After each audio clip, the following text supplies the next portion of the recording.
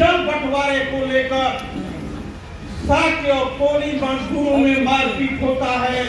और जब वह बात कपिल वस्तु से शाक्यों को पहुंचती है तो शाक्य का गणपत संस्थागार के अध्यक्ष को गणपत कहा जाता था और राजा को उस समय राजन कहा जाता था और जो संस्थागार के सदस्य होते थे उन्हें भंते गण कहा जाता था। अब जब आप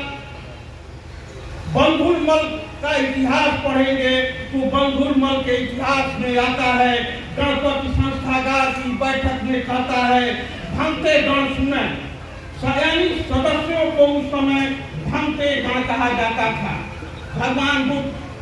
रोहिणी नदी के जल बंटवारे को लेकर जब शाक्य और कोली जो दोनों सगे भाई थे युद्ध की नौबत आती है और जब गणपत संस्थागार की बैठक बुलाकर युद्ध तय करना चाहता है, सेनापति के प्रस्ताव पर गणपत बैठक बुलाता है और जब संस्थागार की बैठक चल रही होती है सिद्धार्थ गौतम भी 18 वर्ष की अवस्था में संस्थागार के सदस्य हुए थे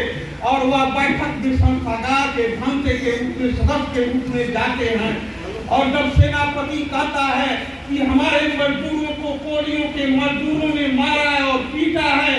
तो सिद्धार्थ गौतम उठकर खड़े होते हैं, कहते हैं ये सही है कि पानी लेने की बारी हमारी थी लेकिन कोली के मजदूरों ने शाक्य के मजदूरों को मारा पीटा है, लेकिन इसका सही कारण पता करना चाहिए। हमें भी 2 प्रतिनिधि चुनना चाहिए और 2 प्रतिनिधि कोलियों से कहना चाहिए चुने और 4 प्रतिनिधि मिलकर 5वां प्रतिनिधि चुने और 5 प्रतिनिधि मिलकर रोहिणी नदी के पानी के जल का बंटवारे का समाधान निकालें। जो आज रोहिणी नदी को हम आज रोहिणी कहते हैं, इसी रोहिणी नदी के जल के बंटवारे को लेकर लेकिन सेनापति कपिल वस्तु के सदस्य संस्थागार के सदस्यों को भड़का चुका था, लेकिन तो उसने कहा कि नहीं युद्ध होगा। सिद्धार्थ गौतम के सुझाए मत पर संस्थागार में अपना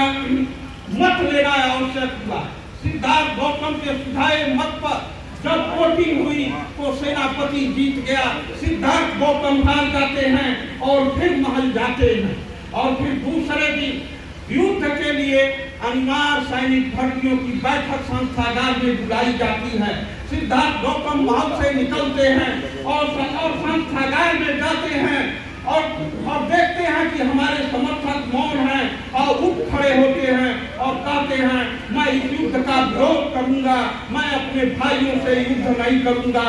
सेनापति याद दिलाता है कि सिद्धार्थ गौतम तुम जब संस्थागार के सदस्य हुए थे तुम अपना याद करो जब तुम